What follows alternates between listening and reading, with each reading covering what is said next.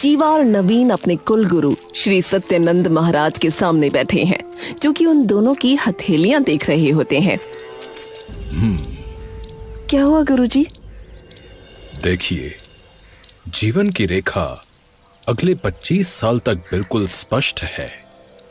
सब कुछ काफी कुशल मंगल रहेगा तब तक।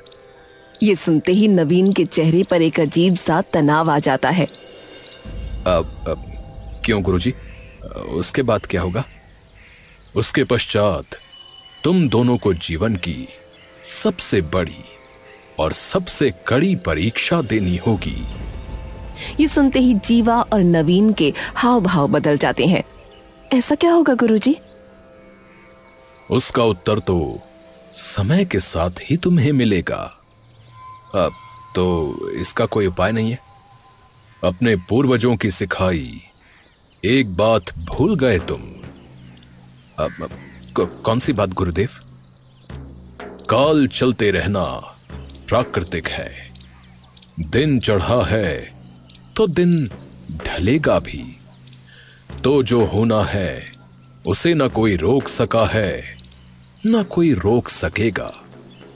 गुरुदेव, ऐसा क्या होने वाला है?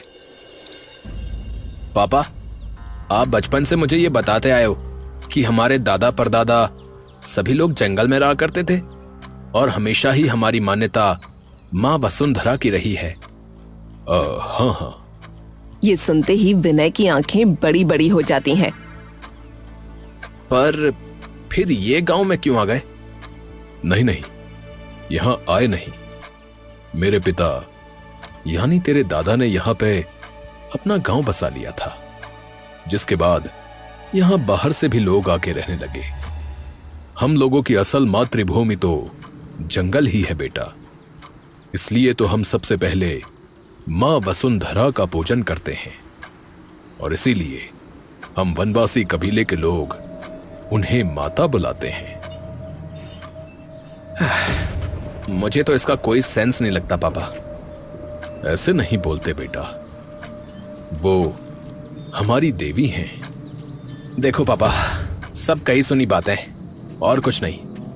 अच्छा ठीक है, मैं जाता हूं अभी। विनय वहां से चला जाता है। जाने क्या होगा इस लड़के का। 6 साल बाद। अब कुछ सालों में विनय भी अच्छा बड़ा हो जाता है, लेकिन अब नवीन और जीवा के सिर पर वो आपदा घड़ी पूरे तरीके से आ खड़ी होती है। मेरा तो मन घबरा रहा है जी। डर तो मुझे भी लग रहा है। पूरे 25 साल हो चुके हैं। अब न जाने ऐसा क्या होगा जिसका अंदेशा गुरुजी ने हमें दिया था। कोई बात नहीं, माता वसुंधरा है ना, वो सब संभाल लेंगी। तभी वहां विनय आ जाता है। माँ, मैं अपने दोस्तों के साथ जा रहा हूं, कुछ पैसे दे दो। अरे कल तो दिए थे तुम्हें। अरे तो खर्च हो गए ना पापा। बेटा कुछ काम वगैरह कर ले, अब तो तू 24 साल का हो गया है। अरे रहने दो पापा, आप फिर से शुरू मत हो जाना। बेटा एक बार बाहर तुलसी के पेड़ के सामने हाथ भी जोड़ जाना। अरे माँ, आपको पता है ना मैं इन सभी बातों को नहीं मानता। पर बेटा माता वसुंधरा हमारी पहचान है। नहीं पापा, वो आपकी पहचान है, मेरी नहीं। विनय चिड़चिड़ाता हुआ वहां से चला जाता है। जब से इसने उन दोस्तों के साथ रहना शुरू किया है, तब से ऐसे ही चिड़चिड़ा सा हो गया ये। सच में एक घड़ी भी हम दोनों के पास नहीं बैठता। विनय अपने दोस्तों के साथ घूम रहा होता है। हाँ भाई, लाया आज कुछ पैसे वगैरह हैं बे? अरे दिया ही नहीं यार। बोलते हैं कि कुछ काम वाम कर। तो कर लेना भाई, कुछ काम कर ले। अरे यार पहले कुछ खाते हैं, तुम भी पैसे निकालो भाई। अबे भाई तुझे पता है ना, मेरे पास होते तो मैं मना क्यों करता भाई। वैसे भाई तो तू है हमारा। अरे भाई तुम ये सब छोड़ो, चलो बढ़िया से नहाने चलते हैं नदी में। अरे यार लेकिन पहले कुछ खाने पीने का तो कर लेते हैं। बताओ नवीन, आज कैसे आना हुआ? गुरुजी, हम इसलिए आए हैं क्योंकि वो वक्त आ गया है जिसकी चेतावनी आपने हमें 25 साल पहले दे दी थी। श्री सत्यानंद कुछ देर के लिए चुप हो जाते हैं और फिर उन दोनों की ओर देखते हैं। तो अंततः परीक्षा की घड़ी आ ही गई। जी गुरुजी, पर अब हम क्या कर सकते हैं, हमें समझ ही नहीं आ रहा। वक्त के बहाव को कोई नहीं रोक सका। तुम्हें बस डट के मुकाबला करना होगा इस परीक्षा का। अब पर गुरुजी, कोई तो समाधान होगा। समाधान तो नहीं, परंतु एक सीख तुम्हें अवश्य दूंगा कि उस परीक्षा में तुम्हारा सबसे बड़ा समर्थक तुम्हारी जड़ें होंगी। तो वर्तमान की उलझन को सुलझाने के लिए भूतकाल के पास जाना होगा।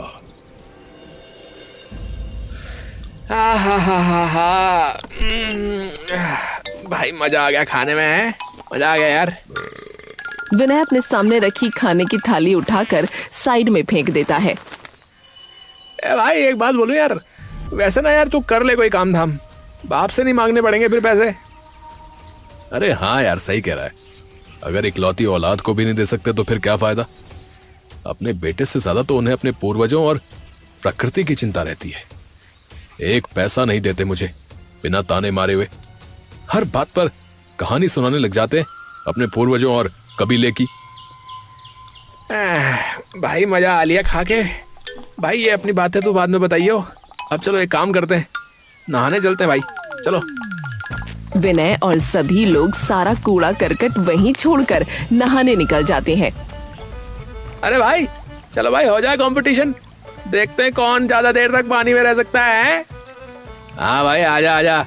ए विनय, तू देखियो कौन बाहर निकलता है सबसे पहले हैं। हाँ ठीक है ठीक है। बबलू और बंटू तभी पानी में डुबकी लगा लेते हैं और काफी देर तक अंदर रहते हैं। फिर सबसे पहले बबलू बाहर निकलता है, उसके तुरंत बाद बंटू। हाँ भाई, देखा मैं जीत गया भाई। बबलू इधर उधर देखने लगता है। अबे भाई विनय कहाँ है? अबे हाँ यार, इतनी देर में ये कहाँ चला गया भाई? बंटू और बबलू बाहर निकलकर इधर उधर देखने लगते हैं, लेकिन उन्हें विनय कहीं नहीं मिलता। भाई कहाँ कहाँ है ये? अबे पता नहीं यार, इतनी देर में कहाँ चला गया? भाई भाई पानी के अंदर डूब तो नहीं गया ना? बंटू और बबलू नदी के अंदर जाकर भी उसे ढूंढते हैं, लेकिन उन्हें वो वहां भी नहीं दिखता। भाई एक काम करते हैं, गांव में देखते हैं यार, इधर उधर, क्या पता कहीं और बैठा हो। चल चल।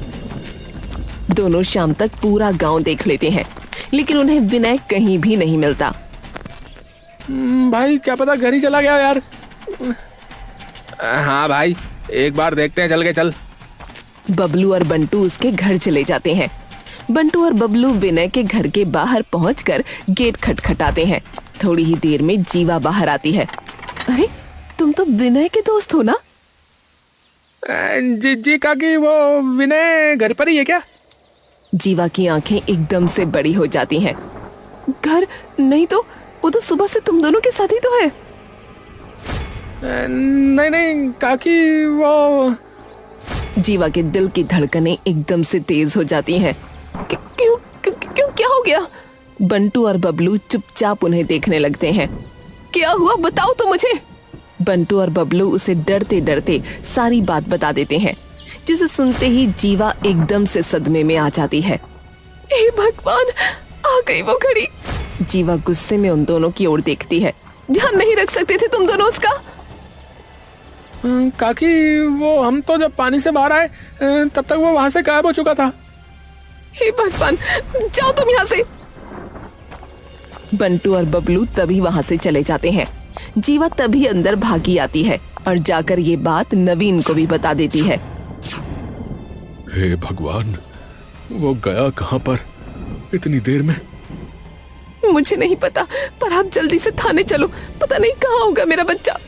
नवीन और जीवा तुरंत थाने जाकर विनय के लापता होने की रिपोर्ट दर्ज करा देते हैं। देखिए साहब, विनय हमारी इकलौती औलाद है, उसके बिना हम लोग कहाँ जाएंगे। सच में साहब, वही एक सहारा है हमारा। देखिए, आप बिल्कुल चिंता मत कीजिए, हम अपनी पूरी जी जान लगा देंगे उसे ढूंढने में। धन्यवाद इंस्पेक्टर साहब। नवीन और जीवा इतना कह के वहाँ से निकल जाते हैं। सुनिए जी, मैं कहती हूँ एक बार हम भी जंगल की तरफ देख कर आते हैं ना। हाँ हाँ, चलो चल के देखते हैं। नवीन और जीवा उसे आधी रात तक जंगल में इधर उधर खूब खोजते हैं, लेकिन उन्हें विनय कहीं नहीं दिखता। हे भगवान, कहाँ गया मेरा बच्चा। नवीन हाथ जोड़कर प्रार्थना करने लग जाता है। हे माता वसुंधरा, हमारे बेटे की सभी भूलों को माफ कर देना और उसकी रक्षा करना माता। विनय बेहोश वहाँ लेटा होता है, लेकिन एकदम से उसकी आंखें खुलती हैं और वो झटपट उठकर बैठ जाता है।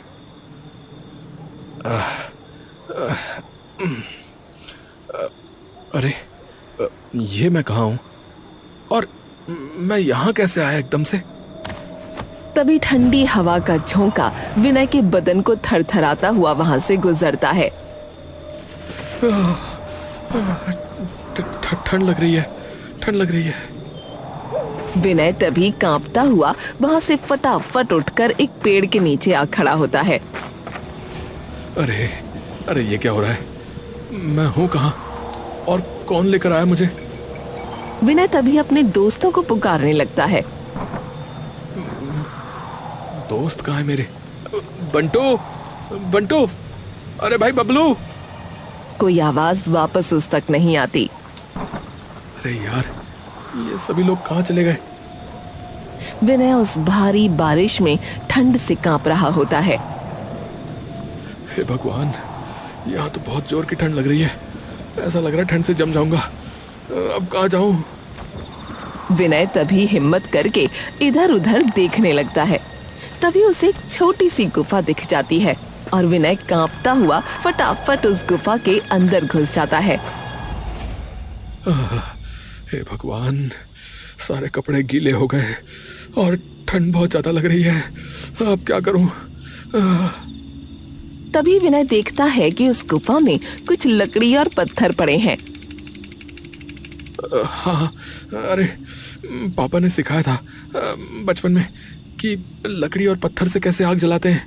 हाँ, वही करता हूँ। विनय तभी वो लकड़ियां इकट्ठी कर लेता है और 2 पत्थर उठाकर उन्हें आपस में रगड़ने लगता है। तभी एक जोर की चिंगारी उसमें से बाहर निकलती है और आग जल जाती है। बच गए भैया, बच गए। विनय आग के सामने बैठकर हाथ सेकने लगता है। वहीं दूसरी ओर अगला दिन भी पूरा निकल जाता है, लेकिन पुलिस को विनय का अभी भी कुछ पता नहीं लग पाता। देखिए, हमारी टीम कोशिश कर रही है।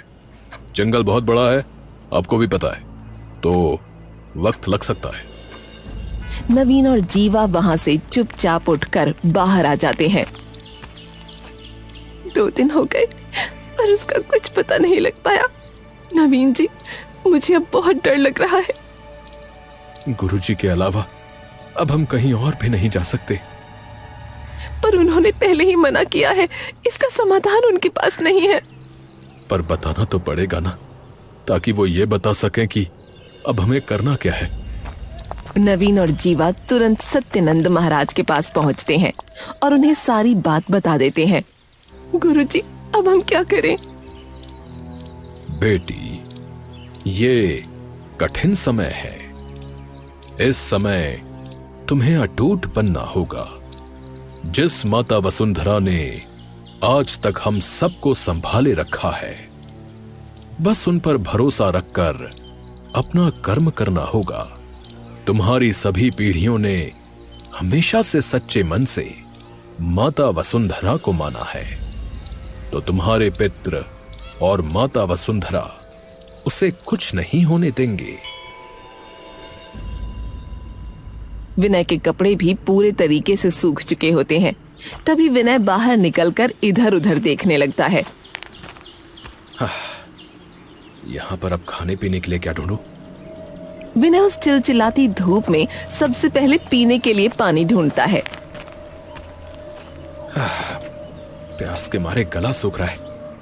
कल तक इतनी बारिश हो रही थी और आज एक बूंद पानी भी नहीं है। विनय काफी देर तक इधर उधर भटकता रहता है, लेकिन उसे एक बूंद पानी तक नसीब नहीं हो पाता। तभी वो गुस्से में अपने पास पड़े एक पत्थर को लात मार देता है। आज कहाँ गई माता वसुंधरा? जब उनकी सबसे ज्यादा जरूरत है तो वो कहाँ है? वो पत्थर तब धीरे धीरे ढलान पर लुढ़कने लगता है और लुढ़कता हुआ नीचे जाता है। फिर जाकर एक सूखी और फटी हुई मिट्टी के टुकड़े से टकराता है और टकराते ही मिट्टी हल्की सी टूट जाती है। तभी विनय को दिखता है कि उस मिट्टी की दरार से पानी धीरे धीरे बाहर आने लगता है। विनय कुछ देर के लिए हैरान रह जाता है और तुरंत दौड़कर वहां मुंह लगाकर पानी पीने लगता है। 3 दिन हो गए, मेरा बच्चा पता नहीं किस हाल में होगा। कुछ खाया होगा या नहीं, कुछ पिया होगा या नहीं। माँ, अब तो उम्मीद भी टूटती जा रही है। कुछ करो माँ, कुछ करो, रास्ता दिखाओ माँ।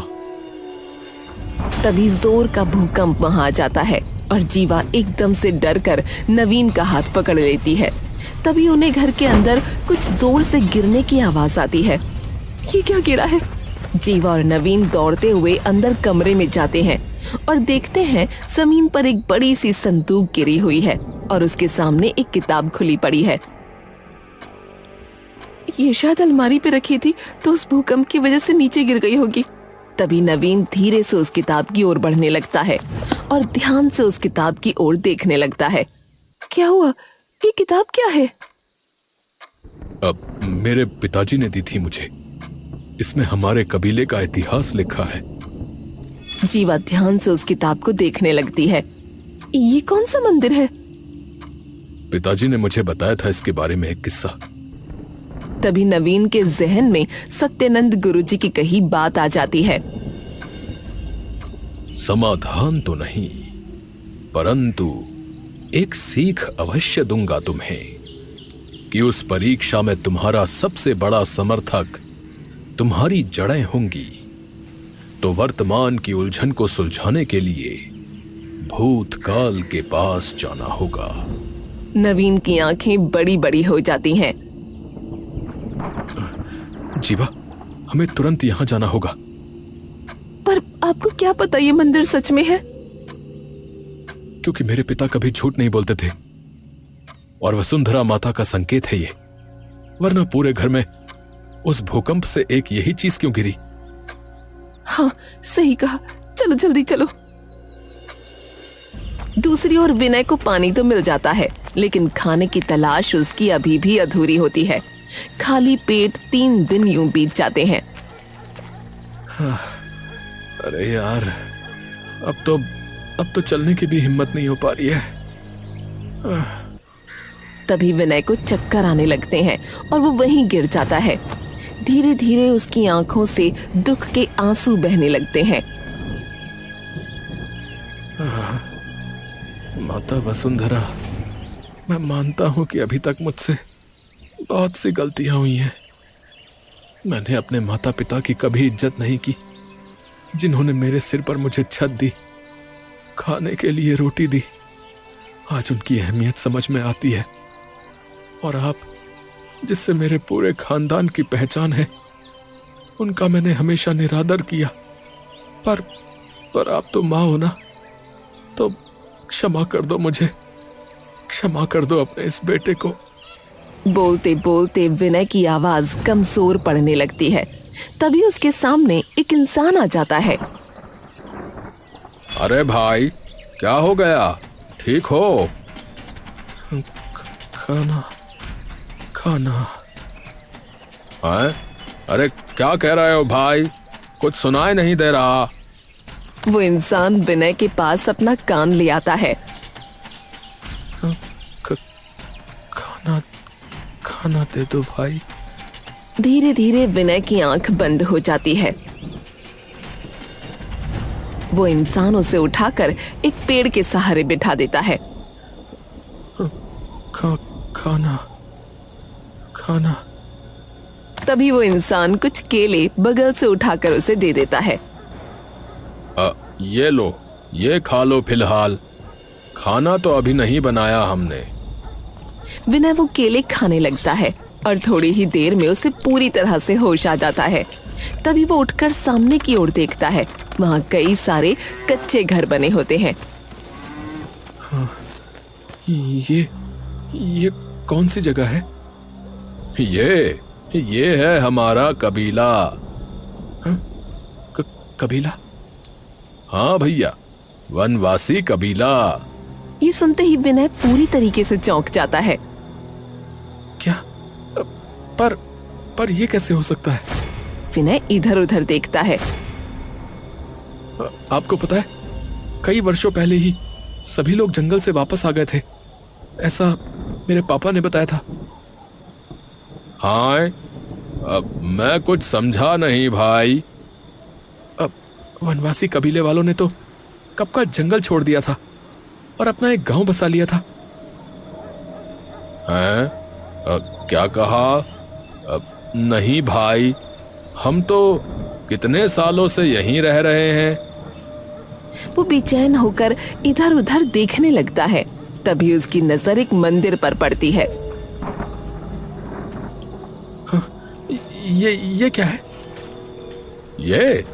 अरे भाई, ये है माता वसुंधरा का मंदिर। हाँ, मंदिर? पर मैंने तो कभी नहीं सुना कि माता वसुंधरा का कोई मंदिर भी था। अरे भाई, कमाल की बात करते हो। आपने कभी इस मंदिर की गाथाएं नहीं सुनी? कैसी गाथाएं?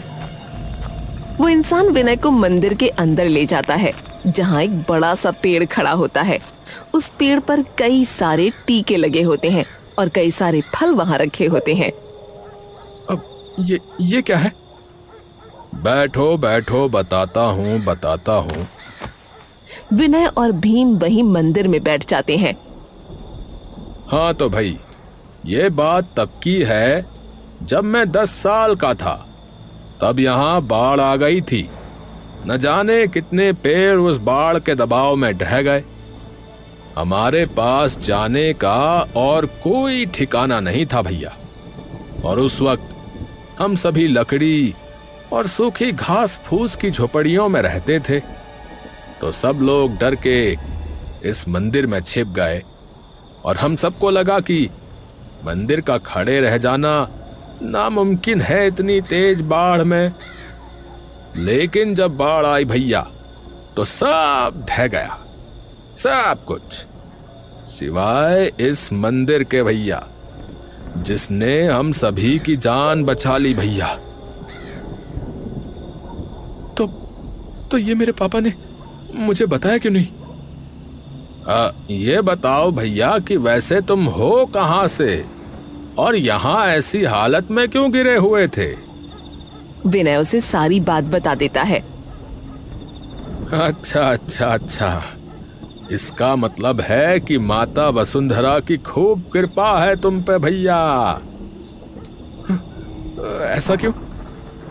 अरे क्यों नहीं, अभी तक उन्होंने ही बचाया है तुम्हें।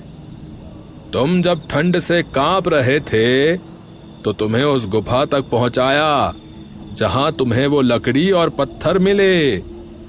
और देखो भैया, प्यास लगी तो देखो कैसे अनोखे तरीके से तुम्हारी प्यास बुझाई।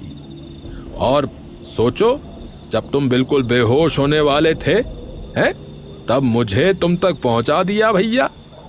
है ना माता का चमत्कार। विनय कुछ देर तक ये सुनकर स्तब्ध रह जाता है। उसकी आंखों से आंसू आने लगते हैं। मैंने न जाने कितनी बार सवाल उठाए माता वसुंधरा पे, न जाने कितना निरादर किया उनका। मैं जंगल में कहीं भी जाता तो वहीं कूड़ा फेंक देता था, नदी में कूड़ा फेंक कर उसे गंदा कर देता था। हर जगह मैंने बस कूड़ा ही फैलाया, हमेशा अपने पूर्वजों का मजाक उड़ाया, उनसे चिढ़ा रहा। लेकिन मैं ये भूल गया था कि मैं उस वंश से आता हूं जिसका वजूद ही प्रकृति से है, माता वसुंधरा से है। विनय हाथ जोड़कर रोते रोते वहां अपना सर झुका लेता है। माफ कर देना माता, माफ कर देना मुझे। हाँ भैया, बस इसी राह पे लाने के लिए ही तो तुम्हारी ऐसी परीक्षा ली गई थी भैया। विनय वापस उठकर उसकी ओर देखता है। वैसे आपका नाम क्या है? मेरा नाम है भीमदास। ये नाम सुनते ही विनय चौंक जाता है। हाँ? अरे यही नाम तो मेरे दादाजी का भी है। तभी एकदम से मंदिर का दरवाजा खुलने की आवाज उसे आती है और विनय एकदम से उस ओर देखता है जहां उसके माँ बाप खड़े होते हैं। हाँ? माँ, पापा।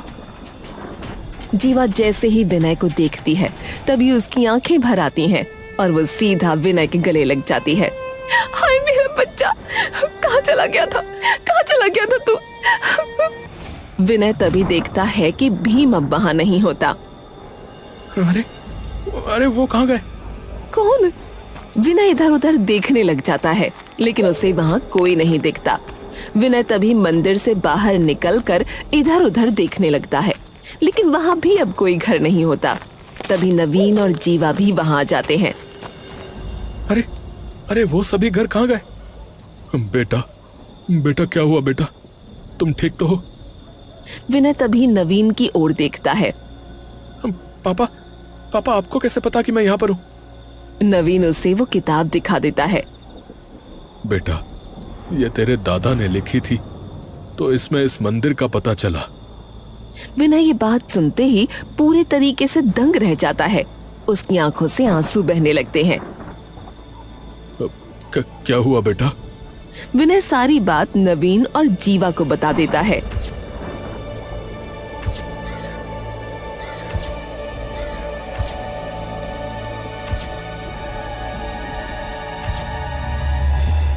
जिसे सुनकर नवीन और जीवा भी दंग रह जाते हैं।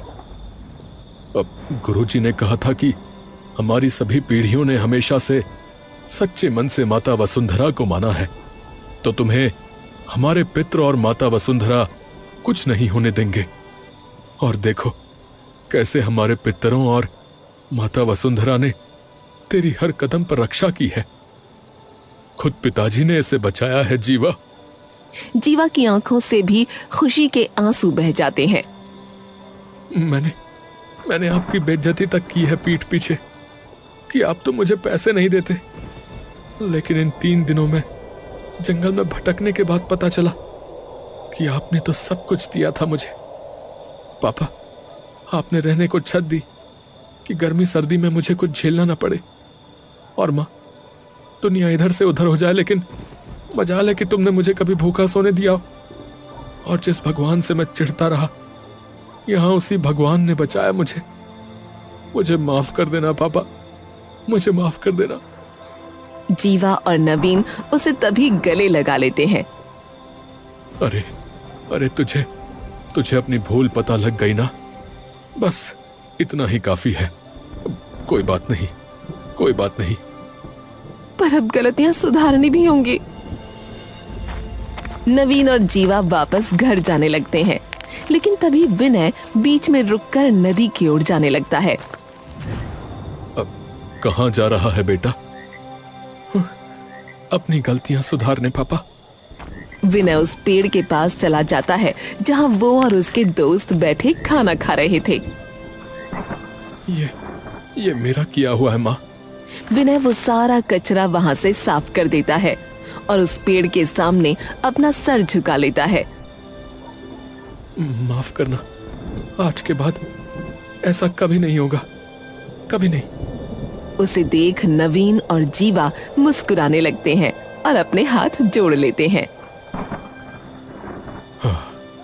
हमारे बेटे को सही रास्ते पे लाने के लिए बहुत बहुत धन्यवाद आपका माता, बहुत बहुत धन्यवाद।